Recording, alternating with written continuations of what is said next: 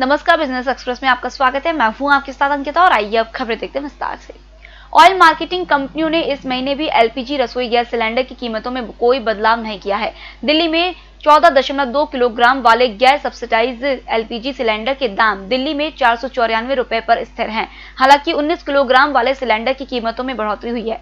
IOC की website पर दिए गए प्राइस के मुताबिक दिल्ली में 19 किलोग्राम वाला गैस सिलेंडर 32 रुपए 50 पैसे महंगा हो गया है। कोविड-19 महामारी के कारण देश में 65% लोगों की आय प्रभावित हुई है, जबकि 16% की कमाई पूरी तरह खत्म हो गई है।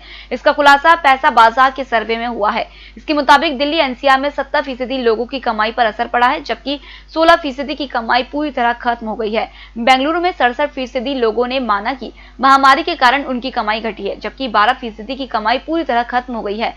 हैदराबाद में यह आंकड़ा क्रमशः 63% और 20%, मुंबई में क्रमशः 63% और 26% और चेन्नई में क्रमशः 52% और 9% है। सर्वे 37 शहरों के 8,616 लोगों से बातचीत पर आधारित है, जिन पर 1 लाख रुपए से ज्यादा कर्ज है।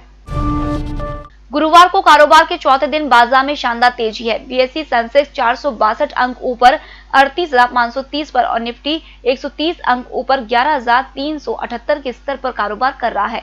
निफ्टी में बढ़ने वाले शेयरों में ऑटो और बैंकिंग शेयरों में शानदार तेजी है। इसमें इंडसइंड बैंक का शेयर 4% से ज्यादा की बढ़त पर है। निफ्टी में बजाज ऑटो और बजाज फाइनेंस के शेयरों में क्रमशः 4 और 3% की बढ़त है, जबकि सरकारी कंपनी ओएनजीसी का शेयर 2% की गिरावट के साथ कारोबार कर रहा है। लघु बचत योजना के निवेशकों के लिए अच्छी खबर है। सरकार ने अक्टूबर से दिसंबर की तिमाही तक वर्तमान ब्याज दरें रखने का फैसला किया है। इस तरह से आपको मिलने वाली ब्याज दरों में कोई कमी नहीं आएगी। सरकार इसकी अगली समीक्षा अब दिसंबर में करेगी। इसका असर यह होगा कि पीपीएफ, एनएससीएस आदि जैसी स्कीम्स पर आपको 7% से ऊपर ब्याज मिलता रहेगा। अमेरिका की private equity company silver lake partners Reliance retail ventures limited में 1,875 करोड़ रुपए का और निवेश करेगी। यह बात रिलायंस इंडस्ट्रीज ने बुधवार को कही। इसके साथ रिलायंस रिटेल में सिल्वर लेक और उसके सहयोगी निवेशकों का कुल निवेश बढ़कर 9,375 करोड़ रुपए हो जाएगा। इससे रिलायंस रिटेल में सिल्वर लेक समूह की हिस्सेदारी बढ़कर 2.13% हो जाएगी। केंद्र सरकार का वित्तीय घाटा अगस्त के अंत में लगातार दूसरे महीने साल भर के डिफिसिट टारगेट से ऊपर रहा।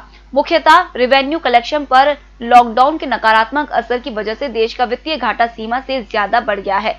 कंट्रोलर जनरल ऑफ अकाउंट्स के आंकड़ों के मुताबिक इस कारोबारी साल में अप्रैल से अगस्त तक जितना वित्तीय घाटा हुआ वह बजट के अनुमानित सालाना लक्ष्य का 109.3% है। कोरोना काल में केंद्र सरकार ने करदाताओं को राहत देते हुए असेसमेंट ईयर 2019-20 के लिए आयकर रिटर्न भरने की डेडलाइन को 30 नवंबर तक बढ़ा दिया है। इससे पहले इसकी आखिरी तारीख 30 सितंबर तक रखी गई थी। आयकर विभाग ने इसकी जानकारी ट्वीट के जरिए दी।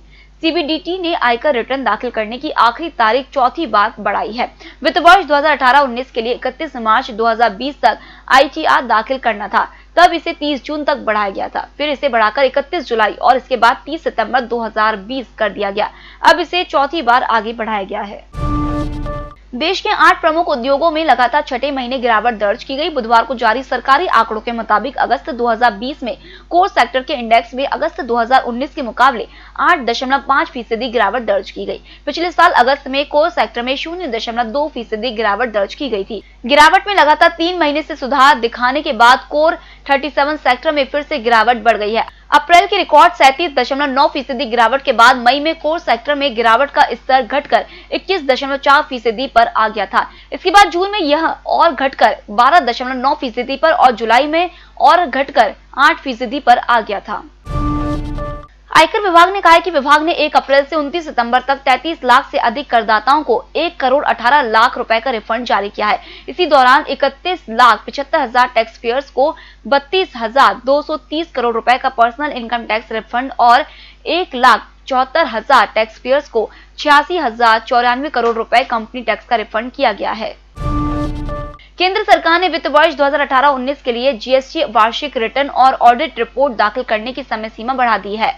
नई समय सीमा 1 महीने बढ़ाकर 31 अक्टूबर 2020 तक कर दी गई है। केंद्रीय अप्रत्यक्ष कर और सीमा शुल्क बोर्ड ने ट्वीट कर कहा कि आदर्श आचार संहिता के मद्देनजर चुनाव आयोग से उचित मंजूरी हासिल करने के बाद सरकार ने जीएसटीआर 9 और जीएसटीआर 9C के तहत वार्षिक रिटर्न दाखिल करने की नियत तारीख को 30 सितंबर 2020 से बढ़ाकर 31 अक्टूबर 2020 तक कर दिया है। फिलहाल इस बुलेटिन में इतना ही। आप बने रहिए EMS टीवी के साथ। नमस्कार।